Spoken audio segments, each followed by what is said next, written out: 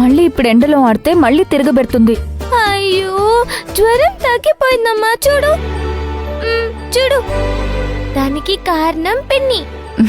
అవును, మీ పిన్ని వల్లే నీ జ్వరం అంతా తగ్గిపోయింది. అది నాకు తెలుసులే. అందుకే వెళ్ళి పిన్నికి థ్యాంక్స్ చెప్పాను. పిన్నిని చూసి మత్తులో నువ్వే అనుకున్నాను. ఈ మధ్య నీకు పిన్ని మీద ప్రేమ బాగా ఎక్కువ అవుతుంది. పిన్ని మంచిది అమ్మా, చాలా మంచిది. ఆ మాట నువ్వు మీ అమ్మే చెప్పాలి. అర్జున్ అది చెప్పేది నిజమే కదా. అమ్మ తల్లి, మీకో దండం. మీ విషయంలో నేను తలదూర్చను, ఇన్వాల్వ్ కాను. మీ ఇష్టం. మీరేమనుకుంటే నాకేంటి? మీ ఒపీనియన్ గురించి నాకెందుకు? అదంతా నాకు అనవసరం. మీ బాధలు మీరు పడండి. నాన్న, ఎందుకు ఇంకా పిన్ని మీద అంత కోపం? ముందు మీ పిన్నికి మీ అమ్మ మీద ఎందుకు రకరకాల ఫీలింగ్స్ ఉన్నాయో అది అడుగు. ఒక్కోసారి కోపంగా ఉంటుంది, ఒక్కోసారి నవ్వుతూ ఉంటుంది. అంతలోనే ప్రేమ చూపిస్తుంది, అంతలోనే కోపం చూపిస్తుంది. దాని మాట అంతే అర్జున్. అది చిన్నప్పటి నుంచి అంతే. దేన్నైనా ఈజీగా నమ్మేస్తుంది. ఎవరు ఏం చెప్పినా అది కరెక్ట్ అనే అనుకుంటుంది. అలా ఎలా అనుకుంటారు? ముందు క్లారిటీ తీసుకోవాలి కదా. ఆ క్లారిటీ మీ పిన్నికి లేదు, మీ అమ్మకి అంతకన్నా లేదు. బేసిక్గా మీ పిన్నికి స్వార్థం ఎక్కువ. తన పని అయితే చాలు అనుకునే రకం. నాకు ఎప్పుడూ అలా అనిపించలేదు. ఈసారి గమనించు, అదే తెలుస్తుంది.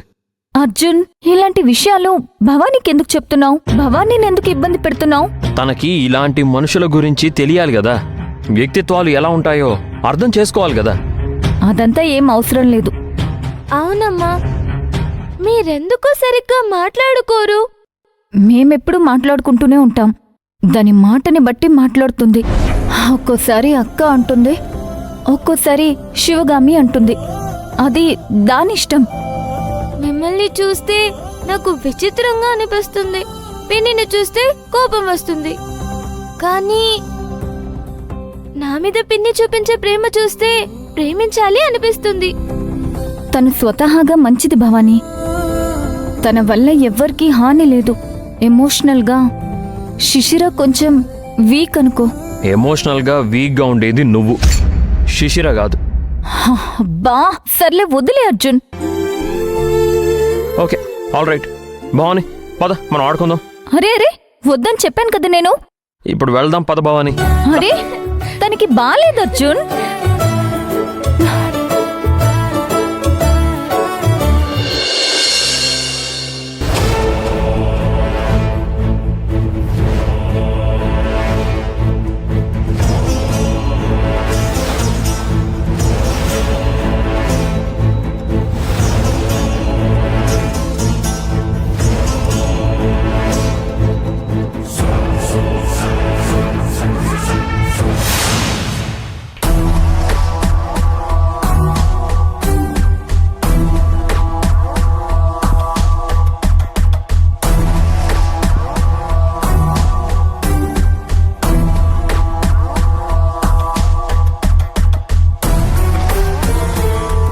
రామ్ కుమార్ గారు, రామ్ కుమార్ గారు, భవానీ, భవానీ, వైష్ణవి, దియా,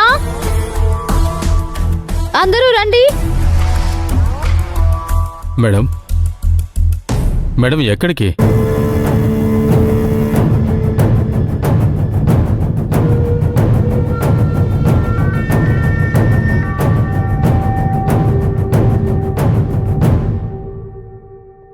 రామ్ కుమార్ గారు, నేను బయలుదేరుతున్నాను. ఎక్కడికి మేడం? ఇదేమైనా మా పుట్టిల్లా లేదా అత్తగారిల్లా? ఇక్కడే నేను ఉండిపోవడానికి నేను మా ఇంటికి వెళ్తున్నాను.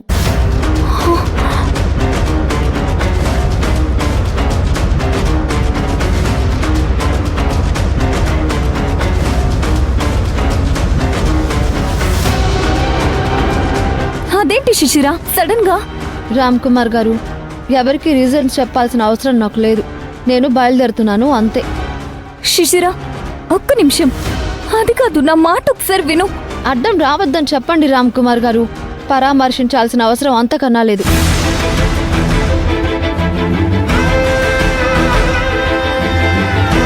అలా అంటారేంటి మేడం? ఆమె మీ అక్క.